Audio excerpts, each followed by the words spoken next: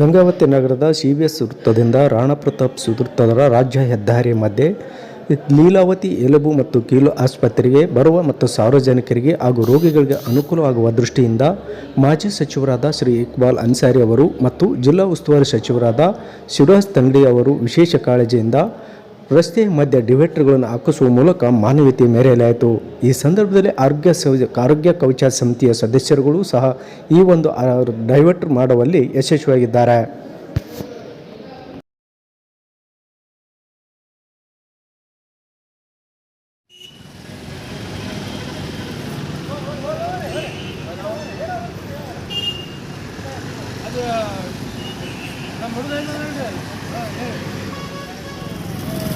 ನಾನು ನೋಡಿದ ಅವನು ನ್ಯೂಸ್ ಪೇಪರಿಗೆ ಬಂದಲ್ಲ ಹಚ್ಚಿದ್ದ ಮೋಹನ್ ಬಾಬಣ್ಣ ಅಲ್ಲಿ ಬಂದ ನಾನು ಸೌಂಡ್ ಮಾಡಿ ಭಾರಿ ಸೌಂಡ್ ಅದನ್ನ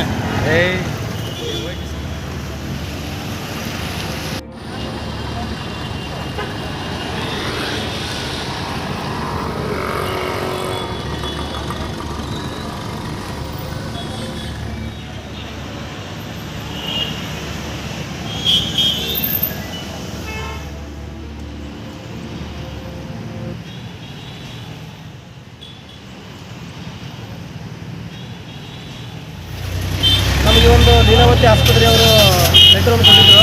ಇಲ್ಲಿ ಆಂಬುಲೆನ್ಸ್ ಹೊರಗೆ ಅನುಕೂಲ ಆಗುತ್ತೆ ಡಿವೈಡರ್ ಅಂತೇಳಿ ನಾವು ನಮ್ಮ ಮೇಲಧಿಕಾರಿಗಳಿಗೆ ಫೋನ್ ಮಾಡಿ ಅಲ್ಲಿಂದ ಅನುಮತಿಯನ್ನು ಬಂದ ನಂತರ ಈ ಒಂದು ಮಿಡಿಲ್ ಓಪನ್ ಮಾಡಿ ಅದೆಲ್ಲ ಯಾರಿಗೂ ಜನರಿಗೆ ಒಳಗಡೆ ತೊಂದರೆ ಆಗಲಾರ್ದಂಗೆ ಎಲ್ಲ ಮಿಡಿಯಾಗ ಓಪನ್ ಮಾಡ್ತೀವಿ. ಆರೋಗ್ಯ ಕವಚ ಸಮಿತಿಯವರು ಕೂಡ ಒಂದು ಲೆಟರ್ ಕೊಟ್ಟಿದ್ದರು.